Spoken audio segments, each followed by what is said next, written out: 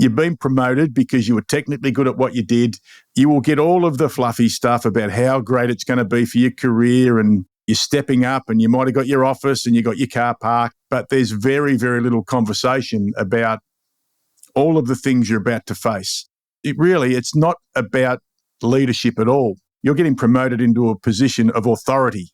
I really do think we've got to start to be honest with the human beings that we're talking to about taking that next step. The first thing we've got to do is ask them the question, do you really want to manage another human being?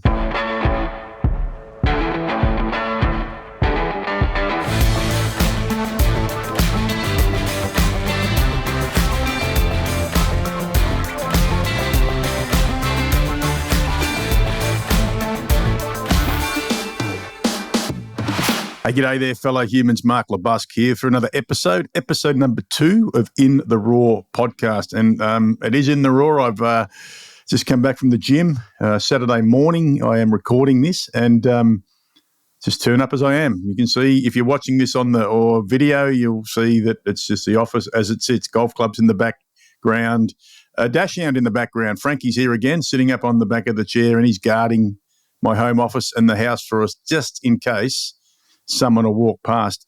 Hey, I wanted to say thank you to all of those human beings who have very, very generously supported the kickoff of the new podcast and sent me some amazing questions to consider. So there's been quite a few sent through, and I'm not going to get to all of them today. So you'll just have to be a little bit patient and wait your turn. But I guarantee I'll get to your question at some point along the way. And I guess that's a bit of a tactic to make sure that you listen in to be perhaps surprised when your question gets thrown out there. 2 questions today that come up quite a bit, and I'm going to give them, as I always do, very little time to think about it. I'm going to read them out, and I'm going to do my very best to answer them without what I call corporate washing the questions.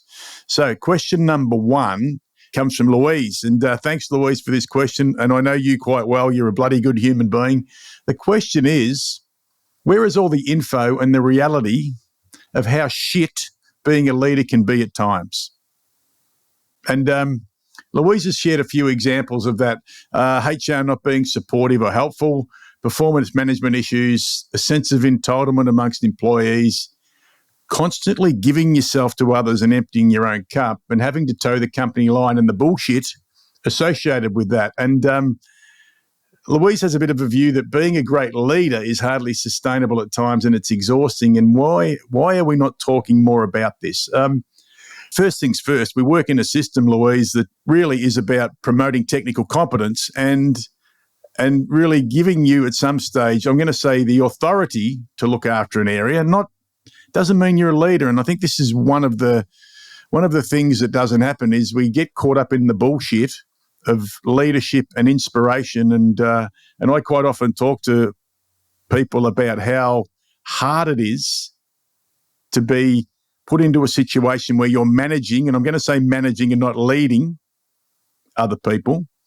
You've been promoted because you were technically good at what you did.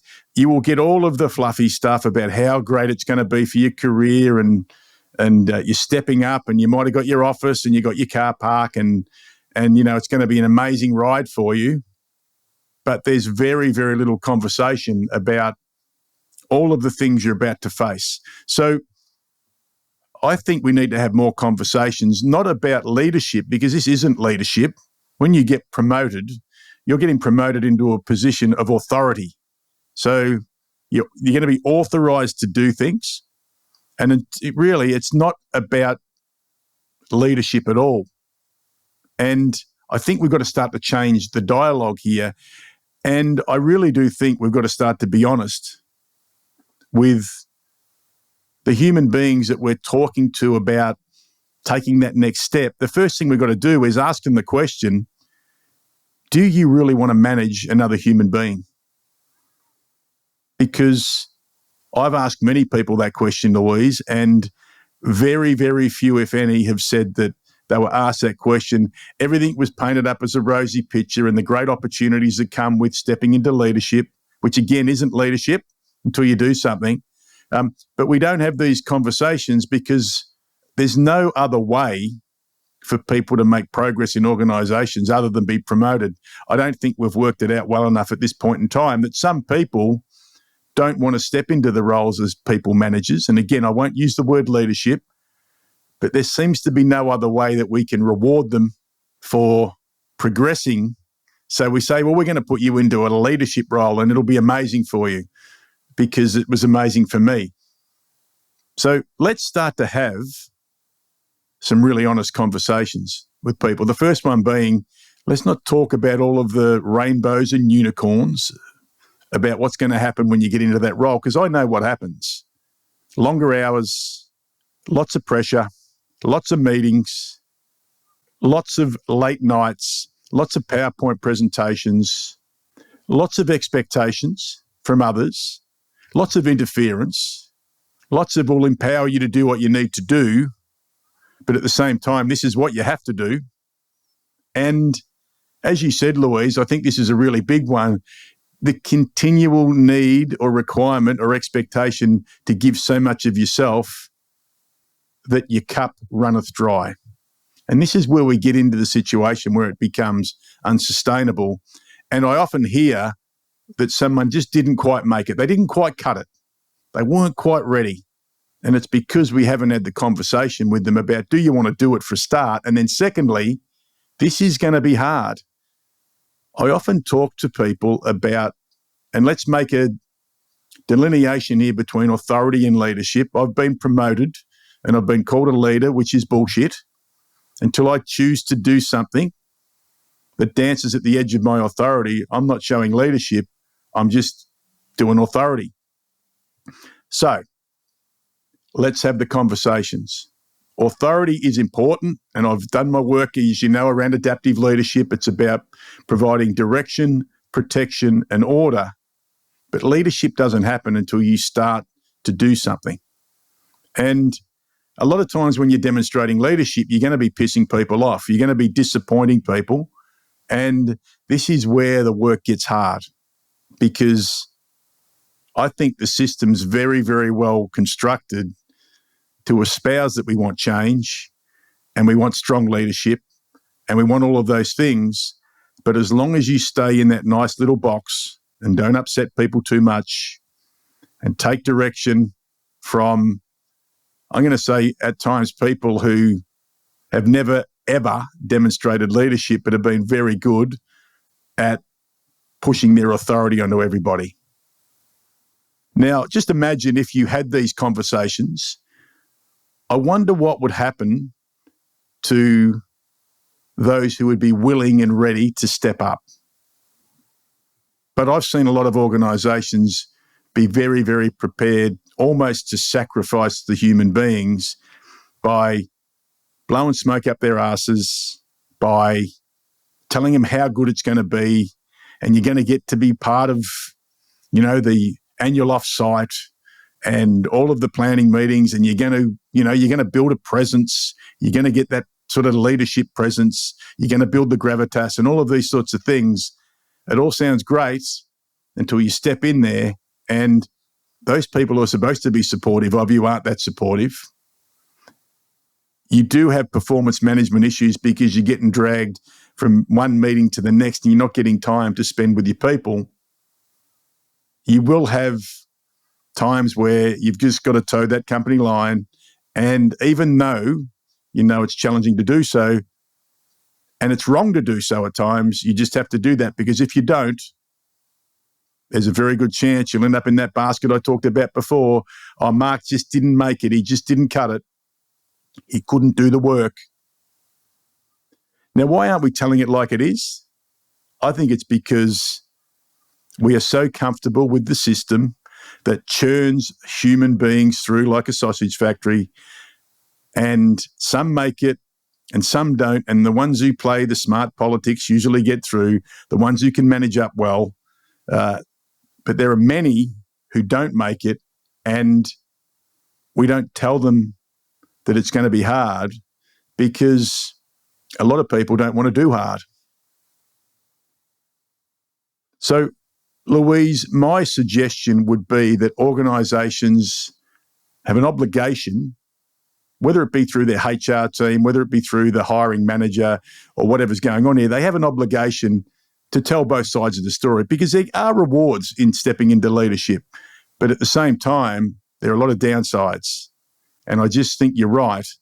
We're not sharing the downsides because apparently no one likes to hear the bad news. But think about this for a minute. What if it was you that was being set up to fail because you weren't being told about the reality of what can happen, not if you step into your role of authority, but if you truly step into the role of leadership, whereas Marty Linsky says it's much more about perspiration and much less about inspiration. Hey, the second question is an interesting one, but not an uncommon question. And I think I'm guilty of this, and I'm sure those listening will be guilty of it as well. When you go and start a new role at a new organisation, it's not uncommon for you to continue to reference where you came from. So when I was at X, when I was at whatever company, this is how we did things. When I was doing this, we did it this way. It really worked well. And the question that Nick has asked, which I think is a ripper, is how do you let a new co-worker know that's continuing to say, when I worked at, fill in the gaps with a company name, we did this, is starting to piss everyone off without upsetting them or demotivating them? Well, there's a couple of things here, Nick, I think you need to consider. First of all is, if you have ever been in that situation yourself, first of all, think about, what did you do? If I recall myself moving from an organisation to another one, and I do know that there were times there, particularly early in my career, that I would very much reference where I'd come from, because in early days of working in a new organisation, I think we all want to make some sort of impact. We all want to be seen to be adding some value. And one of the ways to do that is that we can reference back to some of the successes that we had, perhaps under the banner of another organisation. And I don't think that's a bad thing if, like anything, it's done with good intention. And I also think it's a good thing if it's done sparingly. But one of the things we all need to be conscious of, and if you are in a situation where you're just moved to a new organisation, just be really conscious of what's going on around the room when you are rolling out the, when I worked here, this is what we did and it worked really well. So be really conscious of that. I think if you're in a situation here, Nick, where you're working with somebody who is new to your organisation and are using this a lot, my suggestion would be to make sure you don't piss them off or demotivate them, is to take them aside and do what we all should do, have an honest conversation with them. I think one of the great challenges with any of these questions I get is that, you know, people are looking for some advice on what to do, and one of the most important things to do is tell them. They don't have a crystal ball. They're not mind readers. They're also looking to sort of create for themselves a little bit of value into the organisation, but just take them aside, have a little conversation. The one that I like to use, Nick, is just share them what they need to be mindful of. Hey, you know what? Be a bit mindful that, you know, you dropped out the when I worked at X about 6 or 7 times today in the meeting.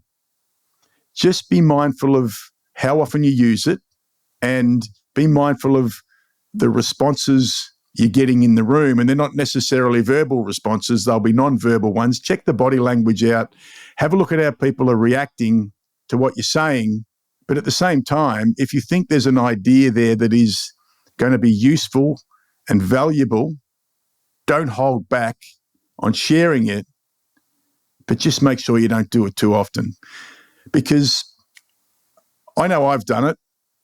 I know I've been on the other end of it when people do it. And one of the great challenges with this is then leaving the room after I'd been exposed to it from someone else and bitching and moaning to someone else who was in the meeting and not saying anything to that person. Now, that's not fair. Now, we also have this thing that I better not do it, they're new and I don't want to demotivate them or upset them. But I'll tell you what, wouldn't it be such a great thing early on, if you're starting in an organization, that someone was honest with you and helped you to understand that perhaps your willingness and want to impress by using some of your historical examples isn't impressing people as much as you think it might be. So have a conversation. I think that person who you're having the conversation with, if you frame it in the right way, and I said, just tell them to be mindful of what's going on and observe what's happening in the room, I actually think they'll be happy about that rather than be in a situation where they shut down or they get a bit angry. So there's a couple today, short, sharp, little podcast. These are things that we face every day, this idea of let's talk a bit more about the difference between authority and leadership, and the fact that we call people leaders. And I love it, Louise, that, leadership is hard. I don't think authority is that hard because you're authorized to do stuff, but we need to make a bit of a difference between what authority is and what leadership is. We need to ask people whether or not they do want to manage other people. And I say manage very deliberately, and then at times have to demonstrate leadership, which is going to piss people off and make you uncomfortable. And then the other one, and Nick, a great question, is if somebody isn't given the decency to have had a conversation about, here's some things I'm noticing about the way that you're behaving and the things you're saying, and it's having an impact on other people, and it could have an impact on your sort of short, medium and long-term career here, well, just bloody tell them and not hide behind it. So I hope that's useful. If you like this one, share it with your friends. If you love it, give us a 5-star rating. As I always say with these podcasts, I'm trying to make them as raw and real and simple and things you can take back into your workplace. So, maybe have a conversation with your team about this, and perhaps we'll get away from the usual thing of corporate washing answers on things and be more raw and be more real. But until next time, keep it raw and fire me in some questions if you have any, because I'm really enjoying doing this. Bye for now.